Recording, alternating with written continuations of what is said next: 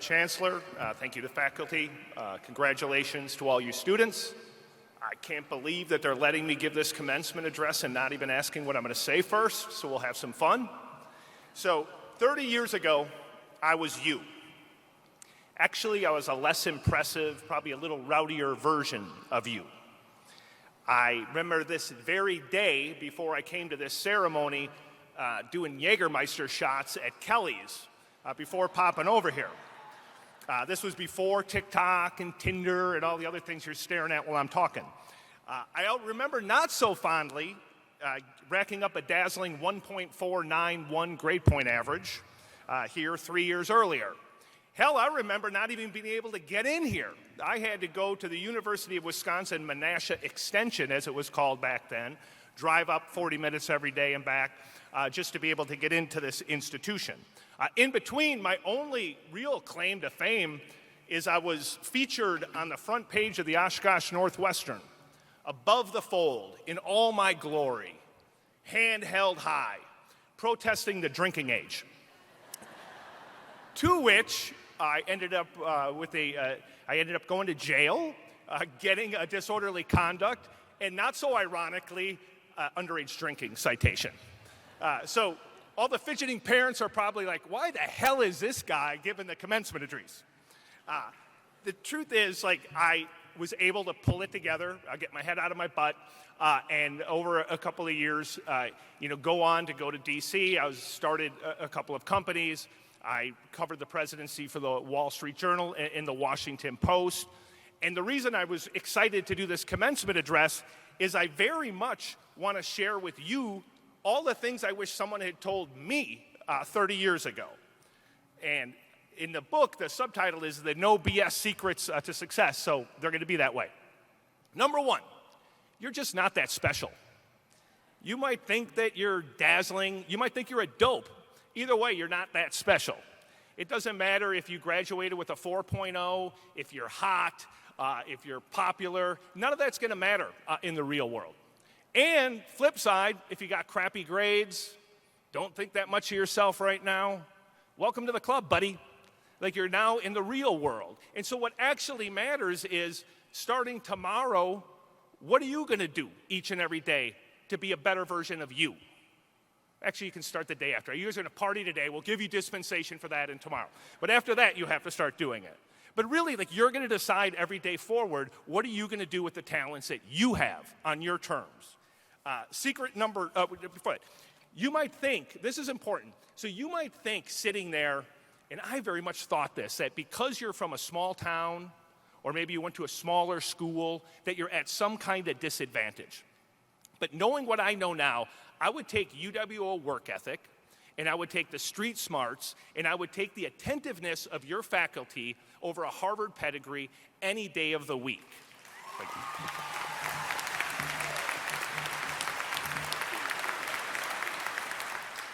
Do not underestimate the special magic of public institutions like UWO. What you have here is very special. I would not be here today, sincerely, if it weren't for the attentiveness of several members of the faculty when I was here. There was a guy, Gene Hintz. He's passed away several years ago, but he had run the journalism department. And I didn't know what I wanted to do. I was drifting around. I was not paying that much attention to school. And I thought, I'm a good writer. Can I be a journalist? And I met Gene Hintz. And he said, you can. And he actually got me a job at the Oshkosh Northwestern covering sports. And I was pretty good at it. And he said, you know what? Just keep doing that. Work 40, 50, 60 hours a week, and I'll give you good grades in your other classes. I can't teach you what they're going to teach you. Political science, Jim Simmons. Unfortunately, he recently passed away, too. A legend at the school in the political science department. He took a flyer on me. I remember applying for an internship to go out to Washington, D.C. There's no chance in hell I did not have the lowest grade point average of anybody who was competing for it. But he saw something in me that I didn't see in myself. And every single one of you today has somebody like that in this institution today. Hug them, thank them, keep in touch with them. You will realize it profoundly changes your life. Secret two, we're all faking it.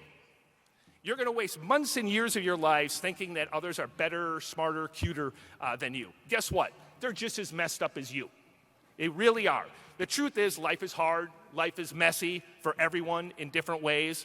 Don't make it harder by comparing yourself to some airbrush photo on Instagram or some Photoshop portrait of what you think you should be or what you think your parents should be. Just figure it out and then focus on making you a little better every day.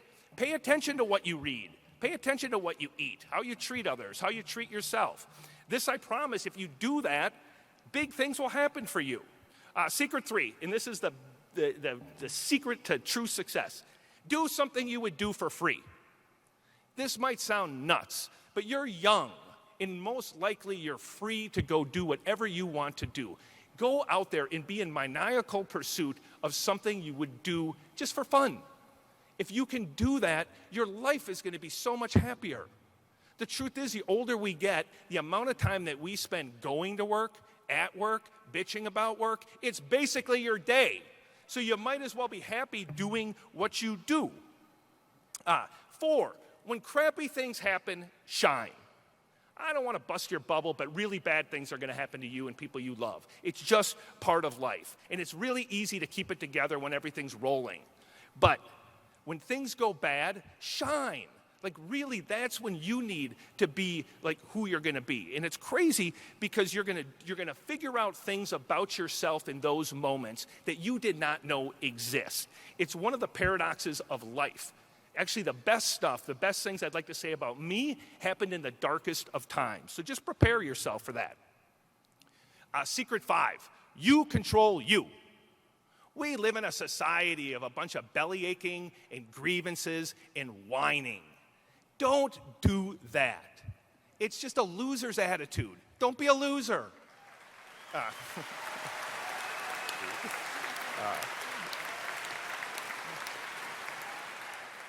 You really do every day. You're going to get up. You get to decide a lot of stuff. You decide, what am I going to read? What am I going to look at? Am I going to work out? Am I going to eat healthy? Am I going to be nice? When someone's a jerk to me, how am I going to be to them? Don't worry about all the things you can't control. You control a ton. 6, which is related, don't be a jerk. And don't hang around with jerks. Literally, like backbiting, lying, gossiping. Life's too short for that crap. Don't do it. If you find yourself in a relationship with a jerk, get out. If your friend's a jerk, run. If you're working for a jerk, apply somewhere else. Those things you can control. Too often we just say, there's nothing I can do about it. There's a lot you can do about it. Secret 7, go big. I'm jealous of the world you're going to head into.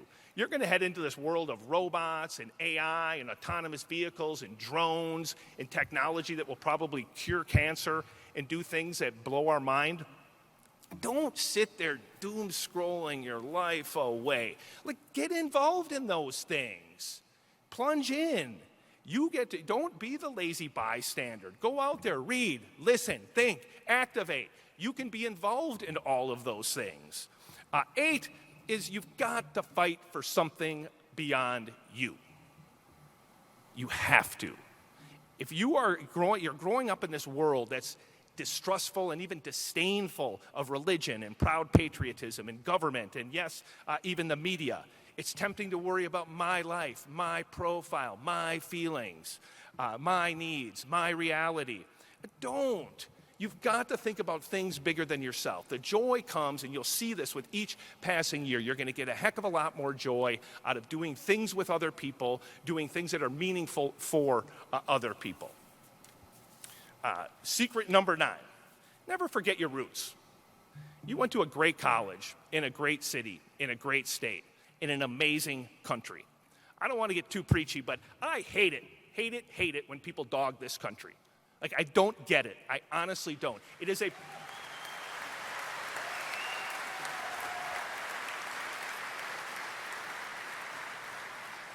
This is an amazing place, and it's full of possibility. It's full of ambition. It's full of freedoms, and others envy it. Why do you think people are trying to storm across our southern border? People yearn to be in this country, and don't take that for granted. Don't let the haters sap your faith. Man, I'm living proof that you can do anything thanks to the freedoms of democracy and the animal spirits of capitalism.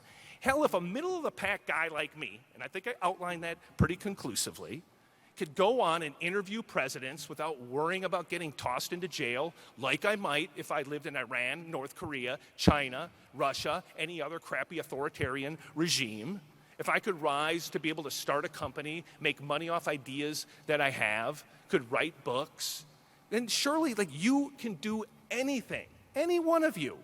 So don't be a doom scroller, don't be a whiner, don't be a cynic, and don't despair. Figure out who you want to be. Figure out what you want to do. And then do the small things that we just talked about every day to make a big difference with your life and in the life of others. And then 30 years from now, go to Kelly's, come back here, and give your own commencement address. Thank you.